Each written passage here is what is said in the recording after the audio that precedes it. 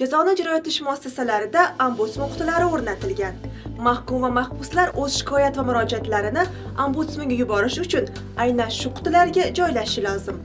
Oliy Majlisning Inson huquqlari bo'yicha vakili ombudsman to'g'risidagi qonunning 24-moddasiga ko'ra, jazoni ijro etish muassasalarining har bir turar joy sektorida, sanoat zonalarida, qisqa va uzoq muddatli uchrashuvlarni o'tkazish uchun mo'ljallangan binolarda mahkumlar murojaatlarini qoldirish uchun qulay bo'lgan joyda ombudsman qutisi o'rnatiladi. Respublikamiz bo'ylab 50 ga yaqin harakatlanish erkinligi cheklangan shaxslar saqlanadigan yopiq muassasalarga 350 dan ortiq ombudsman qutilari o'rnatilgan. Penitensiar muassasalarga o'rnatilgan ushbu qutilar har oyda kamida bir marotaba faqatgina ombudsman xodimlari tomonidan ochiladi va murojaatlar o'rganiladi.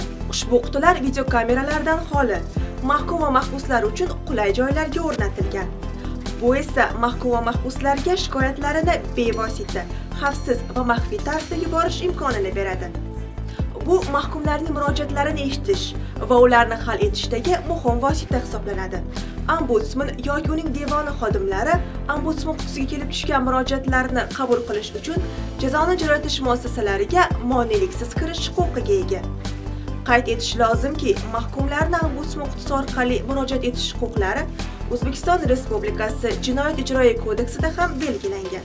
Ombudsman qutisiga kelib tushgan murojaatlar ombudsman tomonidan darhol nazoratga olinib, zarur hollarda ariza mualliflari bilan yakka tartibda suhbat o'tkaziladi va murojaatga oid zarur ma'lumotlar to'planadi. Harakatlanish erkinligi cheklangan shaxslar saqlanadigan joylarning ma'muriyati ombudsmanga, uning o'rinbosariga, hududlardagi mintaqaviy vakillariga mazkur joylarda saqlanayotgan shaxslar bilan moneliksiz va xoli uchrashish uchun hamda suhbatlashish uchun zarur shart-sharoitlarni ta'minlashi shart. Uchrashuv va suhbatlar ushbu muassasalar xodimlari ularni ko'rib turadigan, lekin eshitmaydigan sharoitlarda xoli tarzda o'tkaziladi. Ombudsman qutisi orqali qabul qilingan mahkum va mahbuslar murojaatlarini zudlik bilan hal etish chorasi ko'riladi. Ayrim shikoyatlar hamda o'rganishlar natijasida aniqlangan kamchiliklar bo'yicha mutasaddi vazirlik va idoralarga ombudsmanning xulosa va taqdimnoma kabi ta'sir choralari shaklidagi hujjatlar kiritilishi mumkin.